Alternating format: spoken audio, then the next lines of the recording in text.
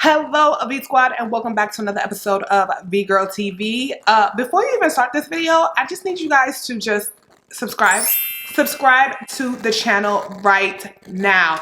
Subscribe to the channel right now. Yes. Now that we've gotten that squared away, let me turn my phone off. This actual video is for my single mamas that are looking for, or just moms in general, but more so mothers who feel like they cannot leave for whatever reason. And there are some who are willing to make that leap, and they're taking that leap of faith with their kids and like, you know what, we're bouncing. But for those of you who are trying to come to Panama, I just want you guys to be aware of certain things before you guys decide to take that leap, okay?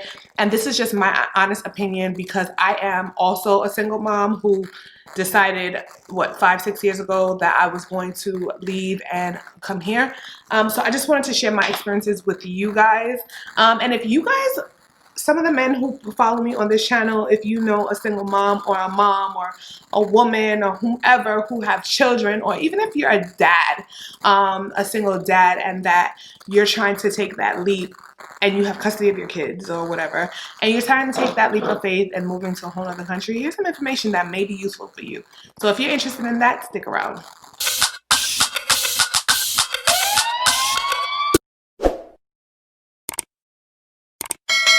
So guys, there's some important information that you should know when you decide that you're moving abroad with your child or your kids. I mean, this is something, it is difficult, but it's not something that's impossible, to say the least. For me, I had a really good relationship with my son's father, so the process was a little bit easier. A lot of women reach out to me and have reached out to me, and we all share the same sentiments and about it being life in the US is a struggle, it's stressful, it's this, it's that. I remember I read an article a couple of years ago with this woman who actually moved to Dubai with her 3 kids.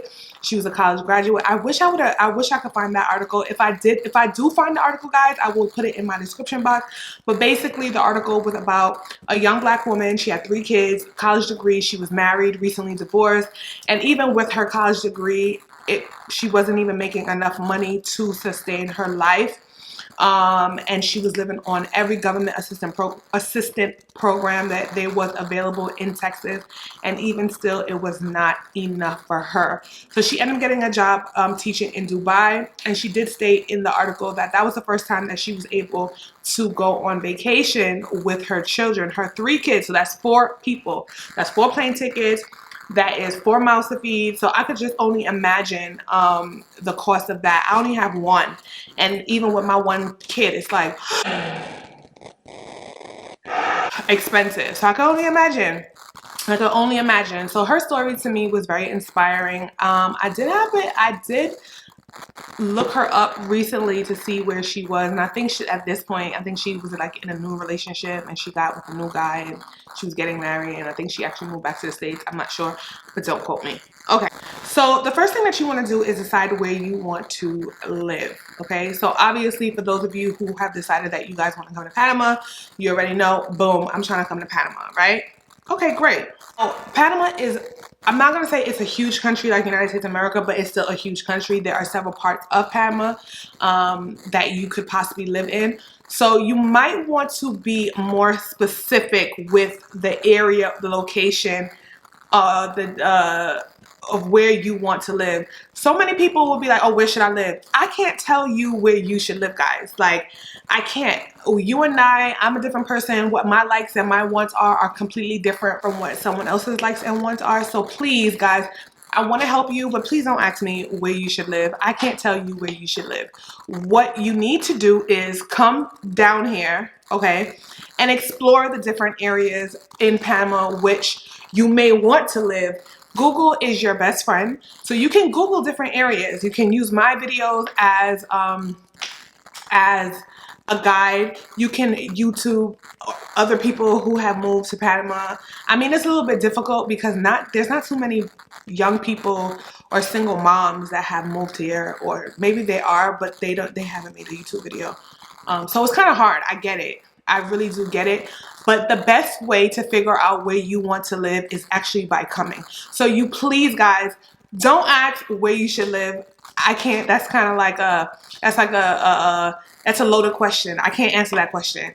You have to come for yourself, and you have to see for yourself which areas you may want to live in. If you want to live next to a beach, if you want to live in the city, if you want to live, you know, everyone's experience is different. Everyone's likes is different. My likes and your likes might be completely different. So let's just give it an example. For example, I decide that I want to live in the city, right? I have a child. I need to start researching areas where there are schools in that area for my child to attend. So for example, when I decided that I was going to move to Panama, I already knew that I was going to live in the city. I knew I wasn't going to live near no mountains. I am not a mountain girl, okay? I'm not into nature. I mean, I'm not into doing I'm not into that. I'm not into that. So I already knew that I wanted something. I knew I wanted to live somewhere that was nice, but it was still close to the airports, not too far from the airports, a good area, good community, middle class people, working class, other individuals that own businesses. So I knew for a fact that that's the type of area that I wanted to live in. Fortunately, I was able to find that. And so I started researching areas or researching schools within that area.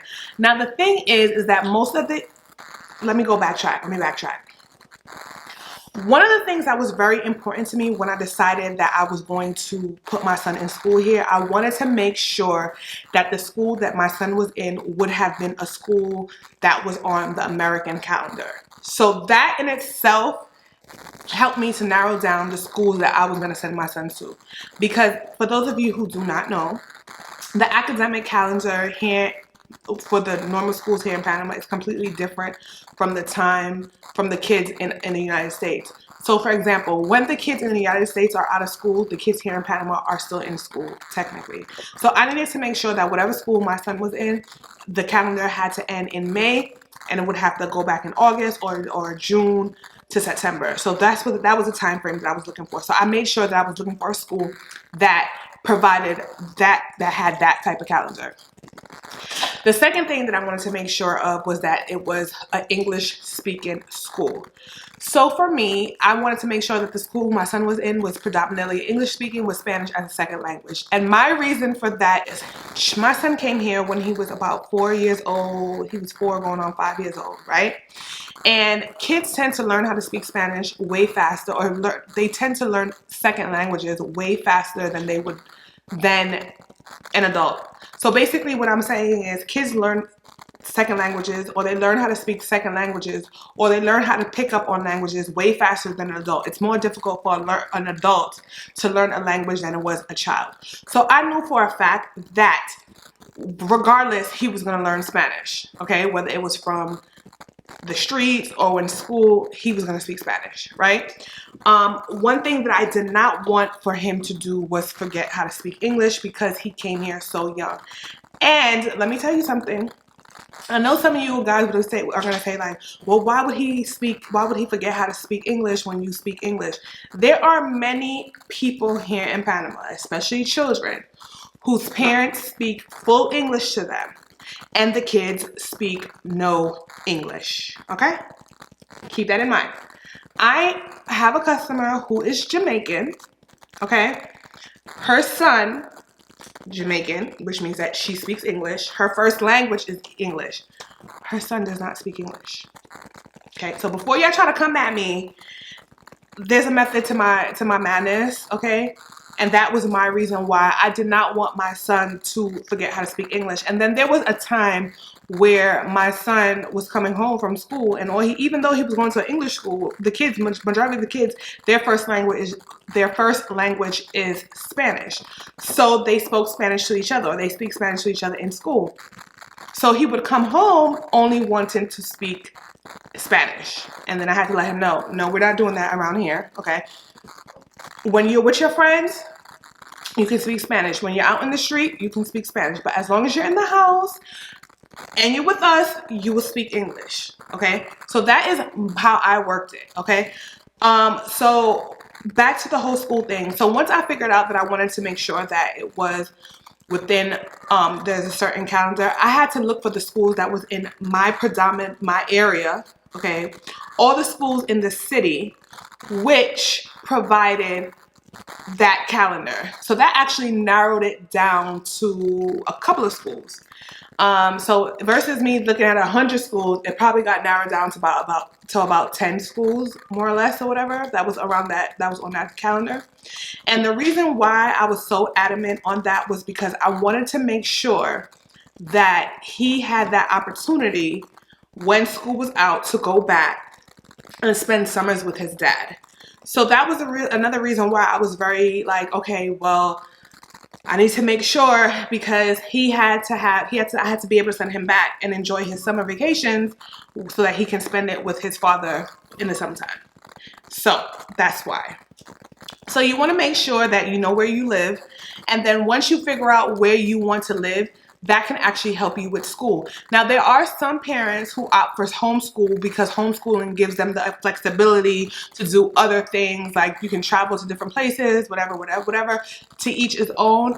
I personally am not opposed or against homeschooling, but for me personally, I felt like I wanted my son in a school environment, in a classroom setting, so that he can develop his social skills and so that he can interact with other students. Now, with this whole coronavirus thing that's going on, and with this whole, well, he's not in school right now, but when he was doing virtual classes, it was so harder for him to get adapted to it, because he used to say, you know, I miss my friends. I want to go. I never miss school so much because I miss my friends. So it's difficult for kids at this point.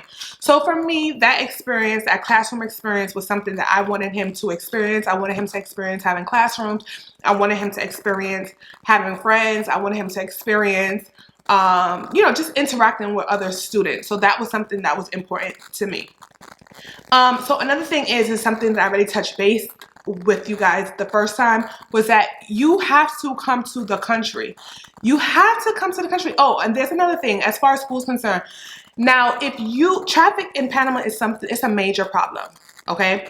So if your child's school is 20 minutes away, it can actually be an hour away depending on what time of the day you're leaving. So, for example, my son has to leave the house at 5:30 more or less. The bus picks him up at 5:30 in the morning so that he's able to be at school at 7 o'clock.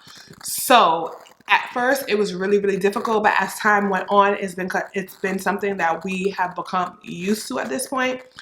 But that's also something that you want to keep in mind, is that if you decide that you want your kids to go into a classroom setting, you want to also see the distance between where you're going to live and the school, because traffic can make it very difficult, and then you'll have to wake up extra early to take your kids to school. It's a lot. But like I said, it's not something that is not doable. It is something that can be done. It's just a matter of you getting used to it and setting an actual schedule. So that's also an important step. Well, that's something very important that you guys should know when you are picking a school, the distance. My son's school is literally 20 minutes away if I get on the highway. But when traffic is there, it can take about an hour if we don't leave at a specific time. So that is also something that you should keep in mind. Now, another thing that is super important that you guys need to know is about your passport and the visa. Now, you guys, if your paperwork are not in order for your kids, meaning you need to go to court and get documentation stating that you have authority to take your child out of the country. I know it sounds really crazy, because it's like, okay, well, this is my child. Like, why do I have to do it? The child still has another parent. And if that parent does not legally give you permission to leave the country, your child will not be able to leave the country. No minor cannot leave the country if the other parent does not give consent.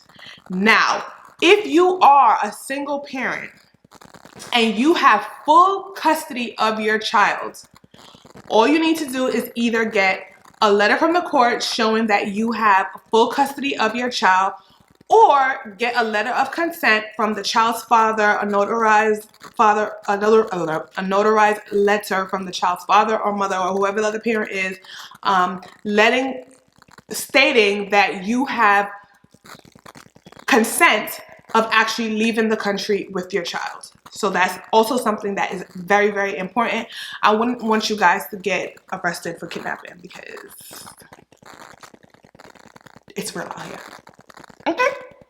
Another thing you want to do is either buy a cell phone when you get down here, or you can bring an unlocked cell phone. Having a cell phone is super duper important. I actually have 2 cell phones. Okay, this actual cell phone is my cell phone for when I am in the States. Unfortunately, it's not working for me right now because I haven't been back to the States for a year and I'm paying a bill on something that I don't even use. However, I have this cell phone, and then I have another cell phone here, which is the phone that I use here in Panama. But if you have an unlocked cell phone, you do not need to have 2 different plans. I mean, it's really unnecessary and it's actually a waste of money. But you want to bring an unlocked cell phone, or you can buy an unlocked cell phone here. But that is also something very important that you will need to have. Another thing that you want to do is you want to inform your bank that you are traveling out of the country. I, for one, have a bank account in the United States of America, and I do have an account here as well. However, you don't want to be put in a situation where you literally... I have to put on the air conditioner because these lights are so hot. Anyway, so another thing that you want to make sure to do is you want to notify your bank that you are actually leaving and out the country, because what you don't want to do is not notify the bank that you are leaving, end up in another country and swipe your card, and then all of a sudden you have no access to your money. And a lot of times when you call the bank or you're out of the country, sometimes they actually want you to come in and prove that. And if you're out of the country, you actually cannot go into the bank and do that physically because you are not there. So you want to make sure to notify your bank that you will be out of the country. You don't want to be in some foreign country or another country with no money. That would just really, really suck. Another thing that is super important is that you want to make sure that you have income. Okay, guys? So many people have this fake dream that they're going to come and the world is going to be... No, okay? If you have kids, kids need to eat. You have to provide for your kids, which means that you need to have money. Consistent income is something that is very, very important when you decide that you want to move abroad. It is so easy to say, okay, I'm going to move to a whole other country and I'm going to go get a job there. However, it is very important. And I don't know if you guys had a chance to see my video where I spoke about the things that you needed to know before you moving to Panama, and also why expats leave Panama. Money. I will actually leave the link right here, or maybe I might leave it in the description box, so you guys, if you haven't had a chance to check it out, you can go ahead and check it out now. But it is so important to know that income is so important. You cannot expect to not have any source of income, or if you're going to, and I just want to be very clear here, if you do decide that you are going to find a job in another country, just be mindful that you may not get paid the same amount of money that you will be getting paid in the United States, and the hours may be different. So if you are leaving because you want to spend more time with your child or your kids, you want to have, I personally would have some sort of income that I can actually do online, something of that sort, teaching online, something like that, so that I'm able to spend more time with my child.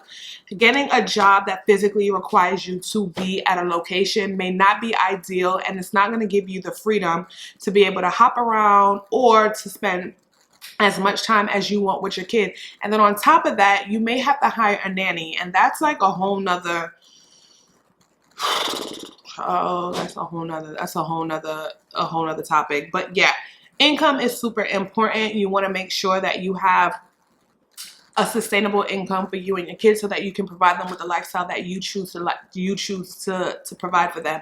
Doesn't necessarily mean that just because you make millions of dollars, you'll be able to, just because you don't make millions of dollars, doesn't necessarily mean that you aren't able to provide a lifestyle for your child. It's also about, or your kids, it's also a lot about budgeting and managing your money so that you are not overspending. Overspending is something that you can easily do when you have children. So if you're going to have a budget, you may want to stick to that budget. So yes, having a steady source of income, budgeting, and finances is super important when you decide that you want to take that leap of faith and move abroad with your children.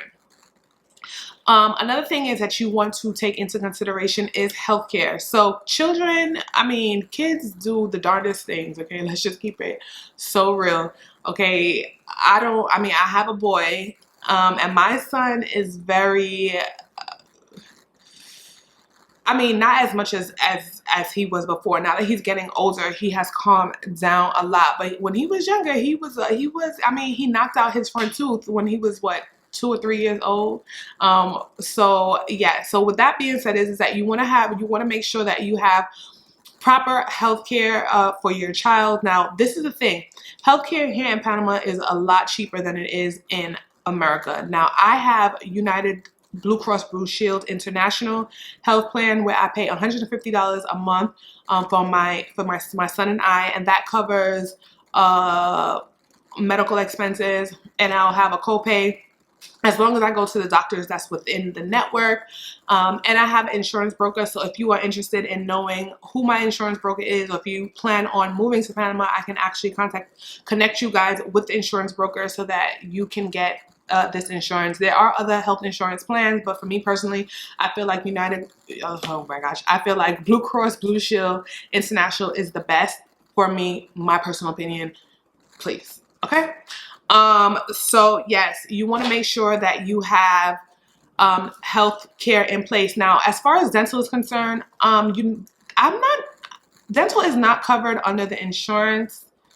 I don't think so. Or maybe it is. I have to check out the insurance plus. I have no idea. But I always pay out of pocket because a cleaning is like $20.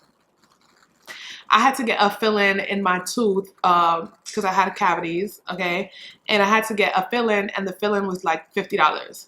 Versus in America, you know, they're charging like $200-300 for a fill-in. So with that being said, healthcare here is extremely affordable to those who are able to.